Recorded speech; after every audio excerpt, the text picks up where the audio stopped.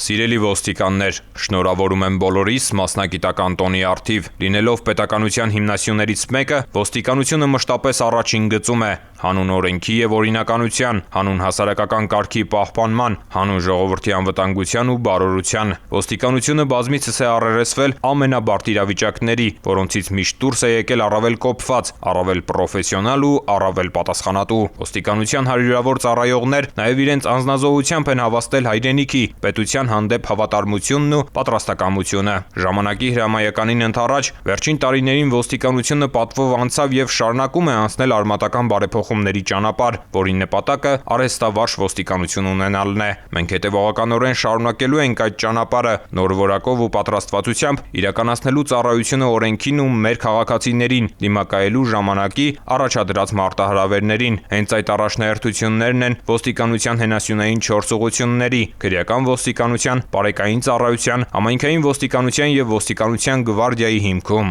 Սիրելի ոստիկաններ, ցանկանում եմ երախտիկս հայտնել ձեզ, յուրաքանչյուրիդ ներդրած ջանքերի եւ սրտացավության շնորհիվ է, որ իրականություն են դառնում ժամանակակից մարտահրավերներին դիմակայող բարեվարկ ոստիկանություն ունենալու մեր ջանքերը։ Հիշեք, ձեզնից յուրաքանչյուրի աշխատանքի արդյունքով է գնահատվում ոստիկանությունը, ձեզնից յուրաքանչյուրի աշխատանքի արդյունքով է գնահատվում նաեւ մեր պետությունը, Հայաստանի Հանրապետությունը։ Եղեք ձեր կոչմանն արժանի եւ հավատարիմ, արժանապատիվ եւ անփորձանք ծառայություն եմ մաղթում բոլորիդ։ Շնորհակալություն ոստիկանության վետերաններին, հավերժ պարկ ծառայողական պարտականությունները կատարելիս եւ հայրենիքի սահմանների պաշտպանության ժամանակ զոհված մեր գործընկերներին։